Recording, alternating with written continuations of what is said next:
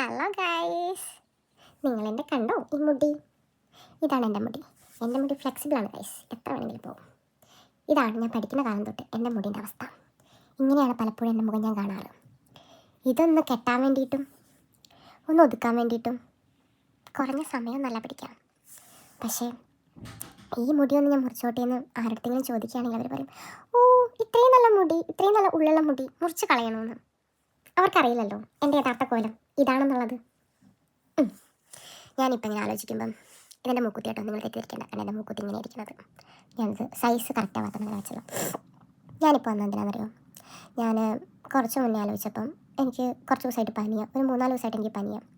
അപ്പം ഈ പനി ഞാൻ പലപ്പോഴും ഡോക്ടർമാരുടെ അടുത്തൊക്കെ പോയി ചോദിക്കുകയാണെങ്കിൽ അവരുടെ അടുത്ത് പറയും, പനിയൊന്നുമില്ല, നോർമൽ ടെമ്പറേച്ചർ, കുഴപ്പമൊന്നുമില്ല, മേ ബി വൈറ്റമിൻ്റെ ഡെഫിഷ്യൻസി ആയിരിക്കാം, വേറെ കുഴപ്പമൊന്നുമില്ല, കുറച്ച് ടാബ്ലറ്റ് എഴുതി തരാം, അത് കഴിച്ചാൽ മതിയെന്ന്. എനിക്ക് ഓർമ്മയുള്ള പ്രായം തൊട്ട് എനിക്കൊരു പനിയുണ്ട്. ഈ ഉള്ളിൽ പനിയെന്ന് പറയും, വീട്ടിൽ അമ്മ പറയാ നിനക്ക് എപ്പോഴും ഉൾപ്പനിയാന്ന് പറയും. ഈ പനിയാണോട്ട് പുറത്തേക്ക് വരണമില്ല, ഇതെന്നെ വിട്ട് പോകണമില്ല.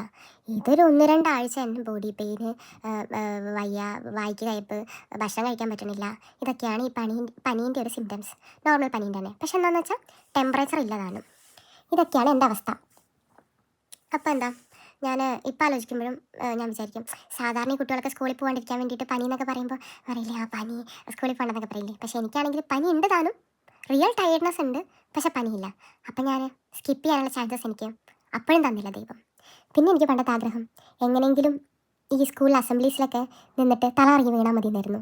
കാരണം അങ്ങനെയെങ്കിലും ഡേ ഓഫ് എടുക്കാമല്ലോ, കാരണം സ്കൂളിൽ നിന്ന് വീട്ടിലേക്ക് കൊണ്ടുപോകുമല്ലോ, ഇല്ലെങ്കിൽ അറ്റ്ലീസ്റ്റ് ഒരു സിക്ക് റൂമിലെങ്കിലും കൊണ്ട് കിടത്തല്ലോ. ഒന്നും കിട്ടാറില്ല. ഇപ്പോഴാണെങ്കിലോ ഇപ്പോഴും ഇങ്ങനെ തന്നെ. അല്ല, ഞാൻ വേണമെന്നല്ല കേട്ടോ പറയണത്, പക്ഷെ എന്നാലും ഇങ്ങനെയൊക്കെയാണ് അവസ്ഥകൾ. പിന്നൊന്നുമില്ല, ബൈ.